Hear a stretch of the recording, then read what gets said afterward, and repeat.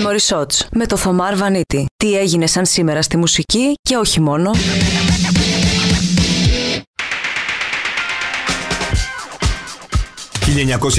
«1967 και ο Μικ Τζάκερ γρονθοκοπεί στο πρόσωπο υπάλληλο από το αεροδρόμιο του Λεμπουρκέτ στη Γαλλία. Ο Τζάκερ έχασε την ψυχραιμία του μιας και το ψάξιμο των αποσκευών τους για ναρκωτικά είχε σαν αποτέλεσμα να χάσουν την πτήση τους.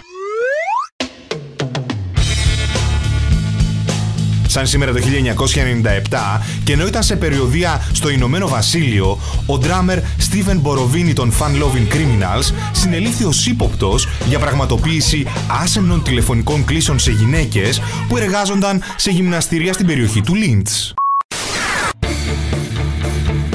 Το 2013, μια μελέτη που δημοσιεύτηκε στην εφημερίδα Science ισχυριζόταν ότι ακούγοντας νέα μουσική, η εμπειρία ήταν επιβραβευτική για τον εγκέφαλο. Χρησιμοποιώντας τις μαγνητικές τομογραφίες, μια καναδική ομάδα επιστημόνων διαπίστωσε ότι οι περιοχές στο κέντρο ανταμοιβής του εγκεφάλου καθίσταντο ενεργές όταν οι άνθρωποι άκουγαν ένα τραγούδι για πρώτη φορά.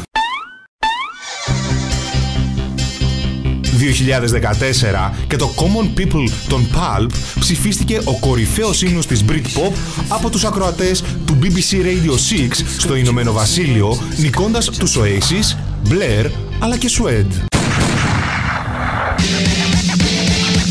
Memory Shots με το Θωμάρ Βανίτη. Τι έγινε σαν σήμερα στη μουσική και όχι μόνο.